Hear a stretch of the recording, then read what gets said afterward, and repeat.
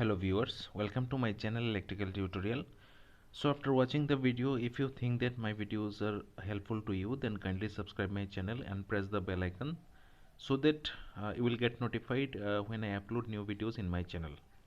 Okay, and also like and share my video.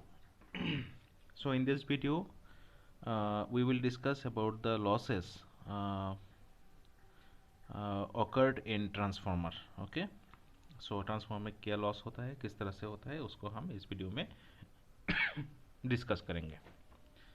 तो देखिए transformer में जो लॉस होता है उसको हम पहले टू टाइप्स में डिवाइड कर सकते हैं। एक होता है कांस्टेंट लॉस और एक होता है variable loss, right. Constant loss मतलब क्या होता है, वो ऑल द टाइम क्या होता है, कांस्टेंट होता है। वेरिएबल लॉस मीन्स ये चेंज हो सकता है, राइट। कांस्टेंट लॉस जो होता है उसका और एक नाम है, वो है either we can call it as core loss और iron loss. Okay, constant loss को हम कोर लॉस भी बोलते हैं, आयरन लॉस भी बोलते हैं। और जो वेरिएबल लॉस होता है उसको हम बोलते हैं कॉपर लॉस, राइट।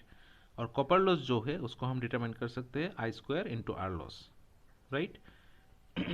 अभी जो करंट है वो करंट क्या होता है, चेंजेस होता है, करंट में चेंज होता है। तो जो कॉपर लॉस होता है वो करंट के स्क्वायर के ऊपर डिपेंड करता है, इसीलिए ये जो लॉस है उसको हम वेरिएबल लॉस बोलते हैं, राइट। और कांस्टेंट लॉस कहाँ पे होता है, कांस्टेंट लॉस होता है ट्रांसफार्मर के कोर में।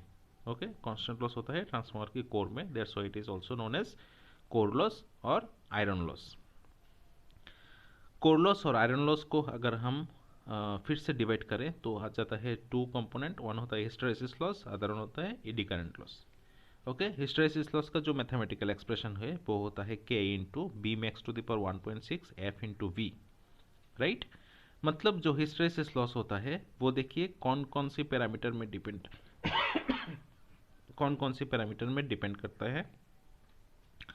वो डिपेंड करता है मैक्सिमम फ्लक्स डेंसिटी के ऊपर, वो डिपेंड करता है सप्लाई फ्रीक्वेंसी एफ के ऊपर, वो डिपेंड करता है वॉल्यूम ऑफ द कोर उनके ऊपर। ओके, जो ये जो पैरामीटर्स होता है इसके ऊपर जो हिस्टैरिसीस लॉस होता है वो डिपेंड करता है। और जो एडी करंट लॉस होता है उसका जो मैथमेटिकल एक्सप्रेशन होता है वो होता है eta into b max square, that means maximum flux density square, frequency square, t मतलब थिकनेस ऑफ द लेमिनेशंस उसका जो स्क्वायर, और volume of the core, right. ये जो पैरामीटर्स होता है इस पैरामीटर्स में जो एडी करंट लॉस होता है वो डिपेंड करता है, राइट। तो यह से इस तरह का क्वेश्चन आता है कि अगर फ्रीक्वेंसी डबल हो जाए तो जो एडी करंट लॉस है उसमें क्या इफेक्ट आएगा, इस तरह के क्वेश्चन एग्जाम में पूछे जाते हैं। तो आप जो है ये जो मैथमेटिकल एक्सप्रेशन है इससे आप लोग समझ सकते हैं कि अगर फ्रीक्वेंसी चेंज हो जाए, फ्रीक्वेंसी अगर इंक्रीज करे या फिर डिक्रीज करे तो एडी करंट लॉस कैसे चेंज होगा, राइट।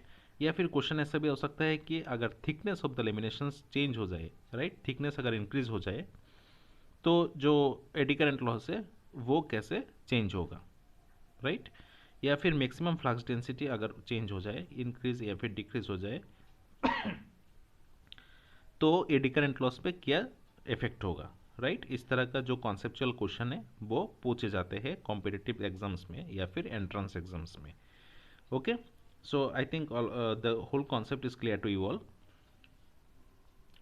अभी यह से एक और इम्पोर्टेंट क्वेश्चन जो आता है एग्जाम्स में वो होता है, हमारा जो ट्रांसफार्मर होता है उसका जो रेटिंग है वो हम लोग केवीए में लिखते हैं, राइट। जैसे कि ट्रांसफार्मर का जो रेटिंग है वो हम केवीए में लिखते हैं, जैसे कि 25 केवीए, ओके, 65 केवीए, राइट। इस तरह से हम ट्रांसफार्मर का जो रेटिंग है उसको हम लिखते हैं। और जो इलेक्ट्रिकल मोटर्स है वो उसको हम किलोवाट में लिखते हैं, राइट। क्यों क्यों ट्रांसफार्मर का जो रेटिंग है वो केवीए में लिखते हैं, इस तरह का क्वेश्चन आता है जो कि बहुत कॉमन क्वेश्चन है। तो इसका जो आंसर होगा वो आंसर कुछ ऐसा होगा कि ट्रांसफार्मर में जो लॉसेस होता है, ओके, ट्रांसफार्मर में कौन कौन सा लॉसेस होता है, एक होता है कॉपर लॉस, ओके, एक होता है कॉपर लॉस। तो कॉपर लॉस जो है वो पावर फैक्टर के ऊपर डिपेंड नहीं करता है, राइट। एक किसके ऊपर डिपेंड करता है, करंट के ऊपर डिपेंड करता है, राइट। एक करंट के ऊपर डिपेंड करता है, जो कॉपर लॉस होता है वो करंट के ऊपर डिपेंड करता है, क्योंकि रेजिस्टेंस तो वैसे भी कांस्टेंट है, राइट, इसीलिए वो करंट के ऊपर डिपेंड करता है। और जो कोर लॉस और आयरन लॉस है वो इनपुट वोल्टेज के ऊपर डिपेंड करता है।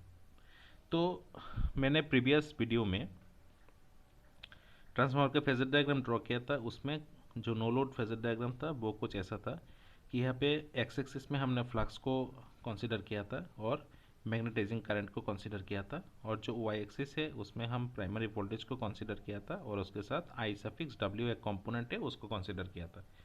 जो आई सफिक्स डब्ल्यू कंपोनेंट है उसको हम बोलते हैं वर्किंग कंपोनेंट ऑफ करंट। तो वर्किंग कंपोनेंट ऑफ करंट क्या करता है, वो जो आयरन लॉस है वो आयरन लॉस के लिए वो रेस्पॉन्सिबल होता है। ओके, तो working component of current is responsible to produce iron loss और core loss.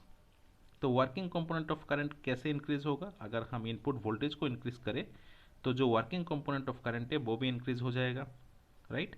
So that means जो कोर लॉस और आयरन लॉस है वो इनपुट वोल्टेज के ऊपर डिपेंड करता है, राइट।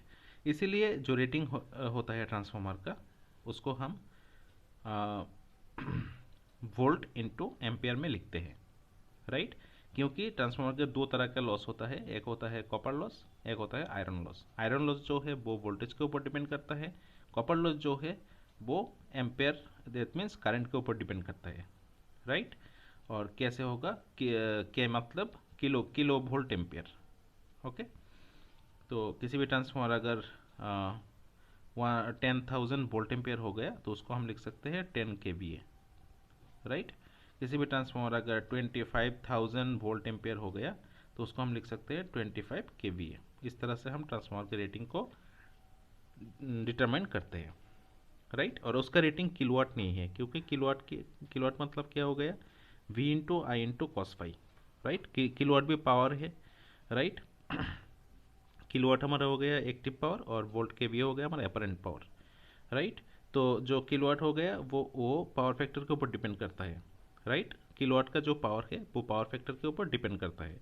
और इन दिस केस हमारा जो कॉपर लॉस है वो भी पावर फैक्टर के ऊपर डिपेंड नहीं करता है, और जो कोर लॉस है वो भी कॉस फाई के ऊपर डिपेंड नहीं करता है।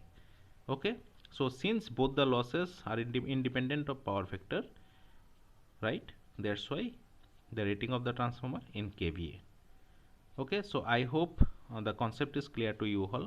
Still, if you have any queries you can ask in comment section, and if you like this video then kindly share. Thank you for watching.